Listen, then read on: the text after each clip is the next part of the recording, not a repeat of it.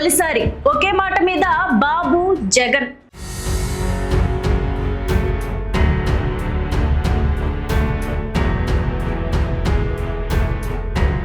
ప్రజాస్వామ్యంలో అధికార ప్రతిపక్షాల మధ్య రాజకీయ పోటీ ఉండటం సహజం.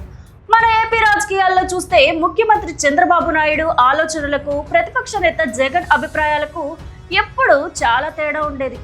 ఒకరి నిర్ణయంతో మరొకరు ఏకీభవించడం మనం చాలా అరుదుగా చూస్తూ ఉంటాం. కానీ ఇప్పుడు ఏపీ రాజకీయాల్లో ఒక ఆసక్తికరమైన పరిణామం చోటు చేసుకుంది. సీఎం చంద్రబాబు తీసుకోబోతున్న ఒక కీలక నిర్ణయానికి వైసీపీ అధినేత జగన్ సానుకూలంగా స్పందిస్తున్నారు. ఇంతకీ ఆ నిర్ణయం ఏమిటి? దానికి వైసీపీ ఎందుకు సంతోషిస్తోంది?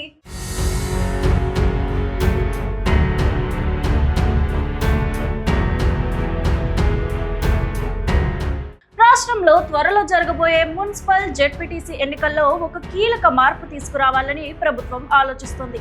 Mayor, municipal chairman, ZP chairman పదవులకు నేరుగా ప్రజలే ఓటు వేసేలా ప్రత్యక్ష ఎన్నికలు నిర్వహించాలని భావిస్తున్నట్లు సమాచారం. సాధారణంగా ప్రభుత్వం ఏ నిర్ణయం తీసుకున్నా ప్రతిపక్షం విమర్శిస్తుంది కదా.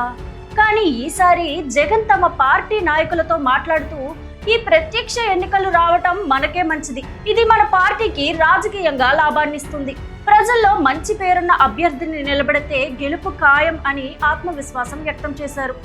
సరిగ్గా ఇక్కడే అసలు రాజకీయం దాగి ఉంది. 4 దశాబ్దాల రాజకీయ అనుభవం ఉన్న చంద్రబాబు బలమైన వ్యూహం లేకుండా నిర్ణయాలు తీసుకోరు కదా.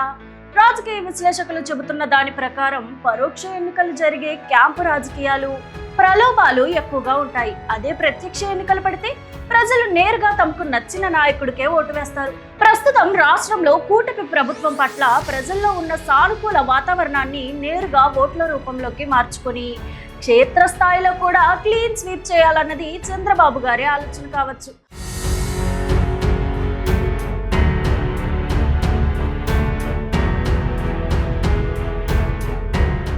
ఒకవైపు ప్రత్యక్ష ఎన్నికల వల్ల తమకు లాభం జరుగుతుందని వైసీపీ ఆశిస్తోంది.